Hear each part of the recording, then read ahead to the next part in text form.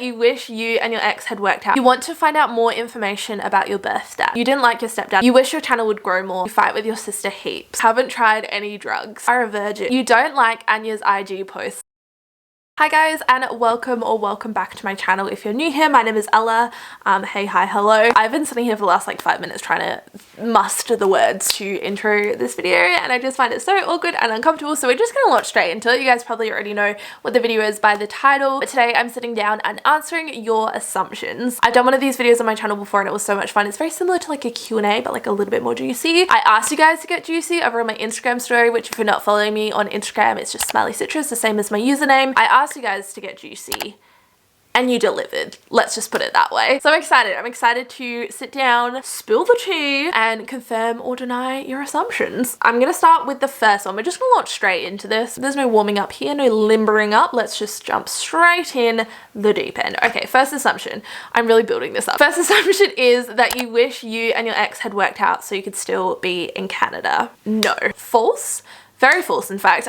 Well, firstly, I feel like I should just preface this by saying I'm very happy in the relationship I'm in right now. I also wouldn't be the person I am today without ending that relationship, and I wouldn't know what like a happy, functional, loving relationship is, like what a concept. I also just had no desire to really live in Canada long term. Like as much as I loved it and I did make the initial decision to move there, I never had the intention to live there long term. Maybe it came across that way, like I just moved to Canada and snagged myself a boyfriend so I could stay there. But when I originally moved over there in 2015, I only ever planned on staying for a year. I'm glad I did. Like I had the best time and the best experience and I grew from it a lot.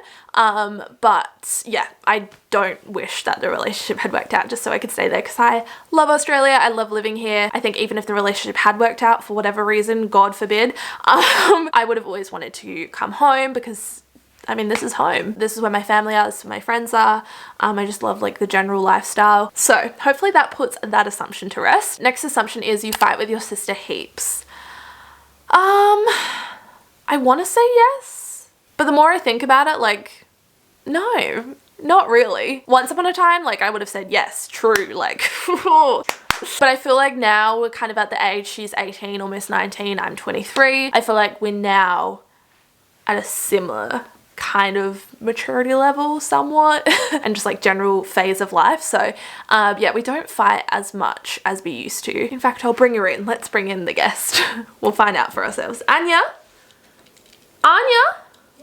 I have a question for you. I have a question for you. Do you think we fight lots? I don't think so.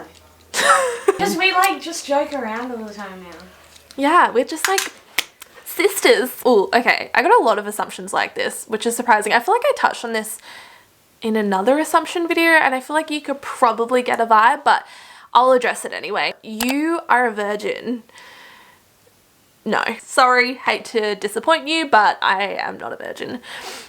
Sorry mum if you're watching this. Sorry dad if you're watching this. You have a lot of friends. No sis, I don't. I wish.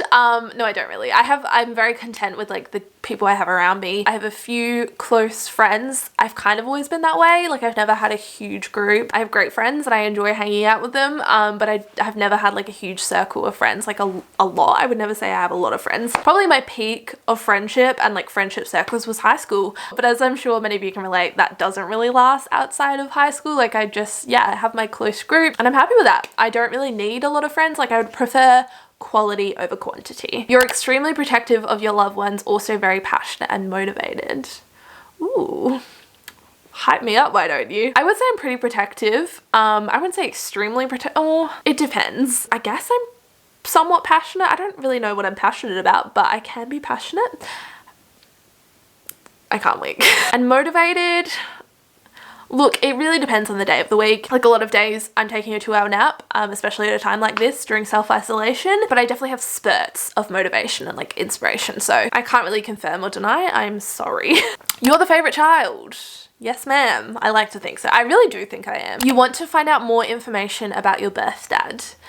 No, to put it lightly, I just don't. I feel like I know enough that he's not like this huge mystery, like a question mark in my life. Like I know who he is, I know what he does, what he looks like, what he's all about. I mean, he wants absolutely nothing to do with his child, so stand up guy. He's never been in my life, he's never ever met me, not even as a baby, so I just don't have any interest in getting to know someone that doesn't want to know me. I'm also very lucky to have the dad that I do have. The guy that you see in my videos, I feel like some people don't know this, but the man that you see in my videos that I refer to as dad or on my Instagram is my stepdad. We're not blood related technically, but he's raised me since I was 2 years old. He's all I've ever known. I actually don't remember life without him, so I feel like he's my dad. I think maybe if the situation was different and I didn't have that father figure, I would probably feel a little bit different about the whole thing, but at the end of the day, I'm very lucky to be in the position I am in, and I'm very lucky to have the dad that I do. I just don't really have this yearning to know about someone that doesn't really want to know me, to be honest. Also, several years ago, this is like a whole story time within itself, but I was essentially stalked for like 3 years straight by my crazy half brother from my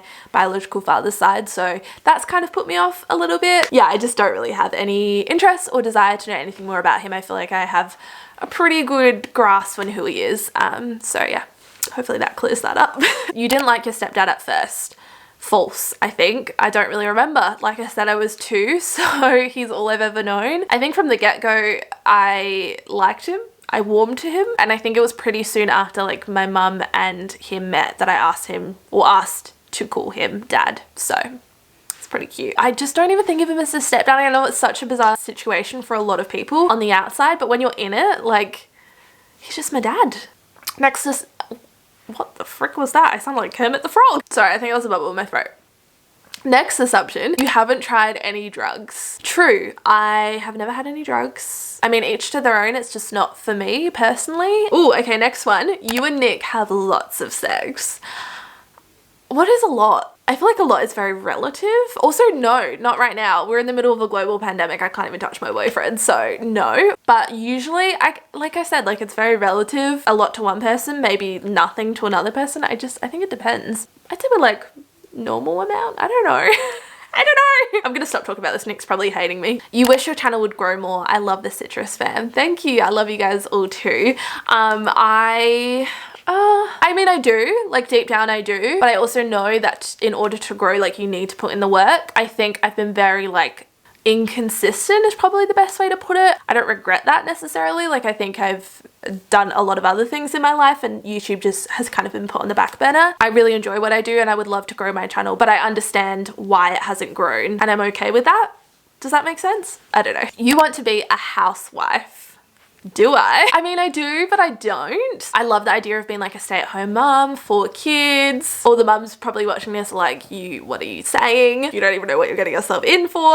And I understand that. I can appreciate that. I feel like it's easy to say that at the time, like, being a stay-at-home mum is one of the hardest jobs. I watched my mum do it for many, many years, but I've also watched my mum have like a very successful career, and I don't know. I think if it came down to it, I wouldn't mind being like a housewife. I hate that terminology, like that word. I wouldn't mind being like a stay-at-home mum for a period in my life, but I think that ultimately, like, I would always have to have something going on, whatever it may be, whether it's YouTube or whatever. I've also never been a huge career orientated person with like massive career goals. Not that I don't enjoy my career and working, but that's not what really excites me. It doesn't really fulfill me completely. So yes, but also no. I guess maybe at some point. This next one kind of goes hand in hand, but you don't want to go back to uni.